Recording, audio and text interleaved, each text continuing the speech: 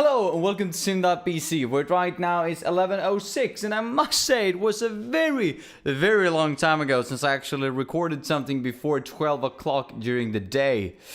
Unfortunate, but it's true. You gotta roll with what you gotta roll with, am I right? Anyway, and that's because I'm gonna go to work later today, so we actually have some clear hours that I need to actually work with. However, what I was gonna say, well, I was just like to start with saying, right, that yesterday's video and the day before that, amazingly funny videos to make. It was such a long time ago since I actually made anything remotely close to music or produced anything in the sort, in the sort of area or genre of music to begin with, or at all actually.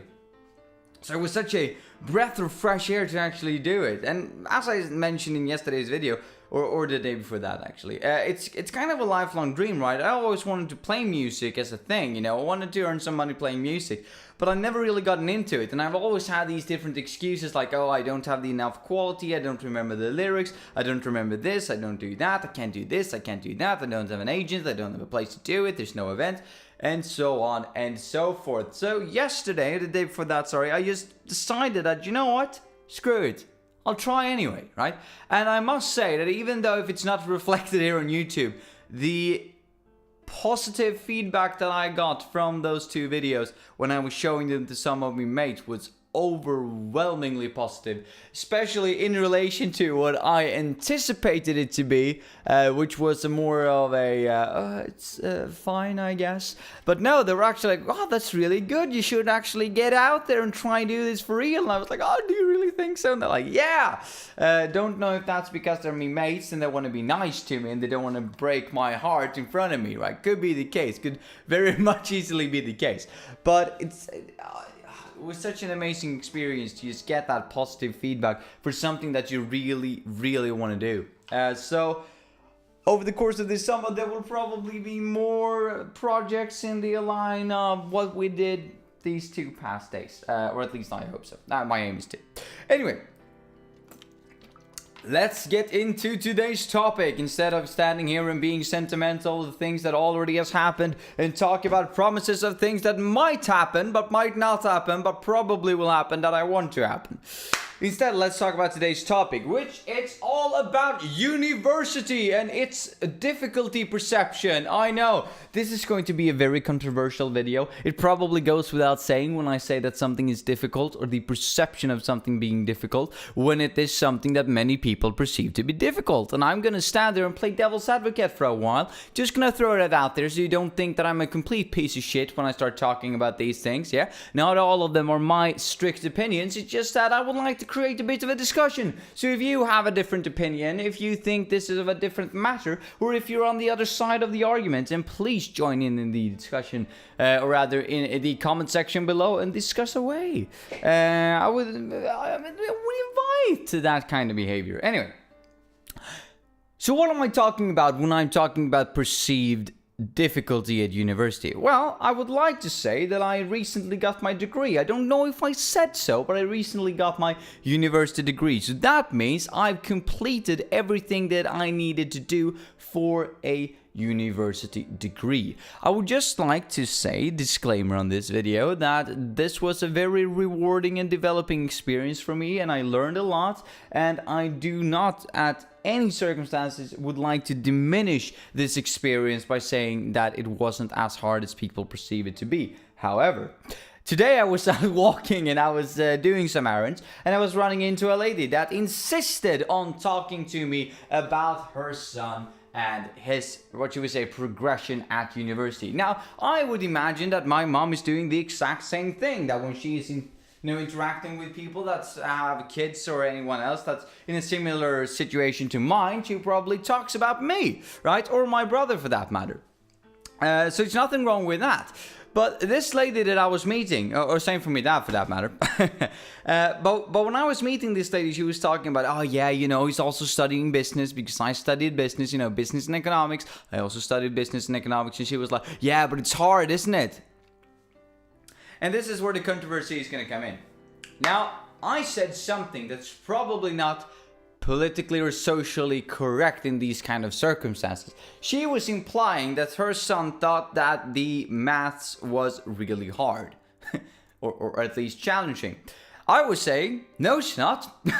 Just straight to her face, like, no, I don't think that's the case. I thought the maths was really easy.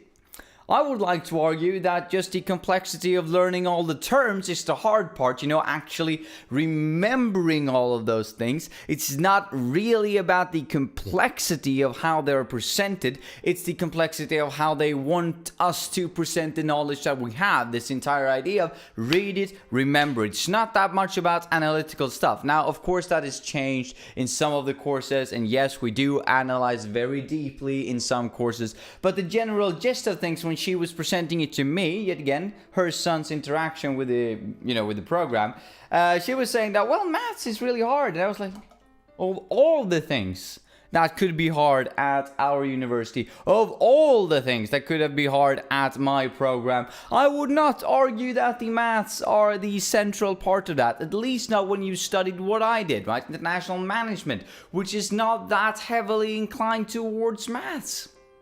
It's just the way it is. Sure, we did some macroeconomics, some microeconomics, some mathematical principles. We did some corporate finance, advanced corporate finance, international trade theory, and so on and so forth. We did statistics and advanced statistics. We did all these things, and sure, they include maths. But it's not that hard. And that's my perception of it, right? It's very important to remember that she was saying that her son had a very hard time or was challenged by the maths at university, whilst I was saying, I don't think so. And then she started defending this statement. And this is the thing that I have a bit of a problem with.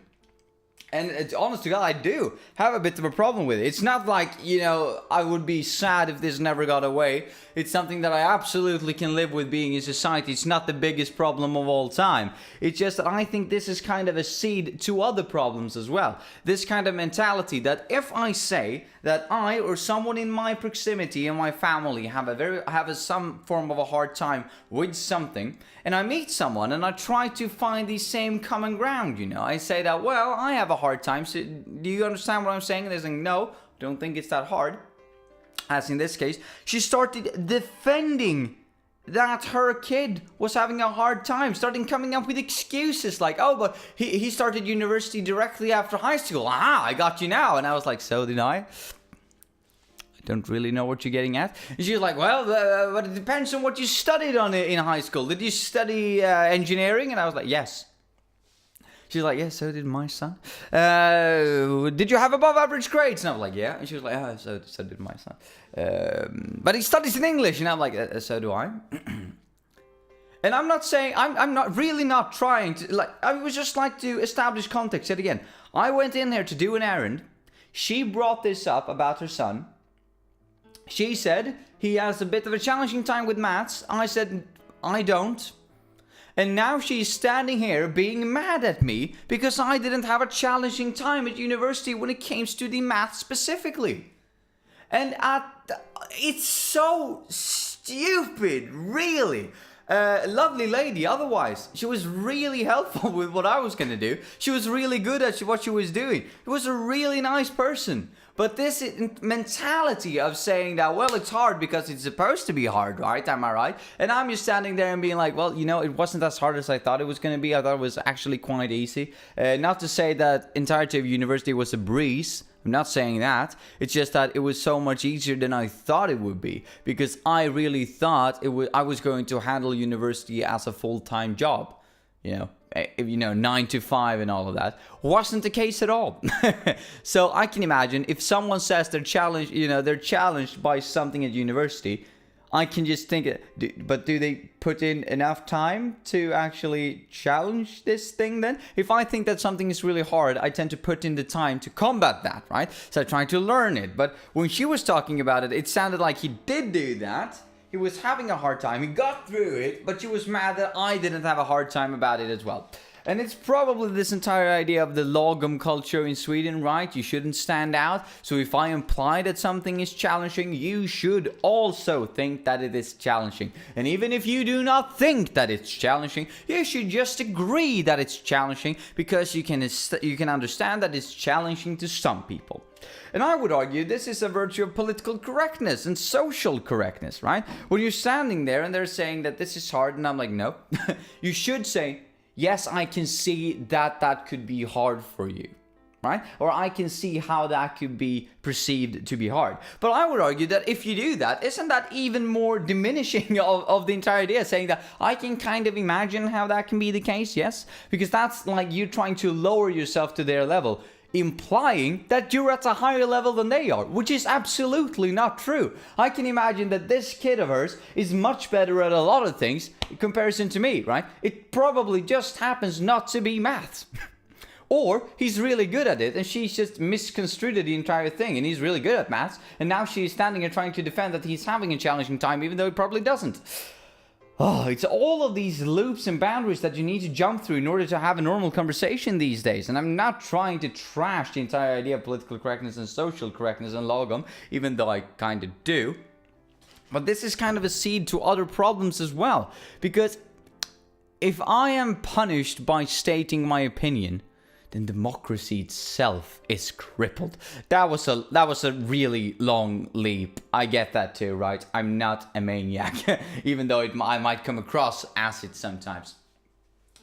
No, but what I'm trying to say is the entire idea that just because something is perceived to be difficult, it feels like society is saying, well, then it is. And everybody must feel like it is difficult.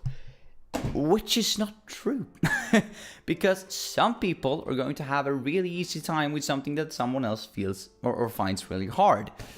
And the other way around. Obviously, if someone asked me to build a jet engine right now, right here, I probably wouldn't be that good at it.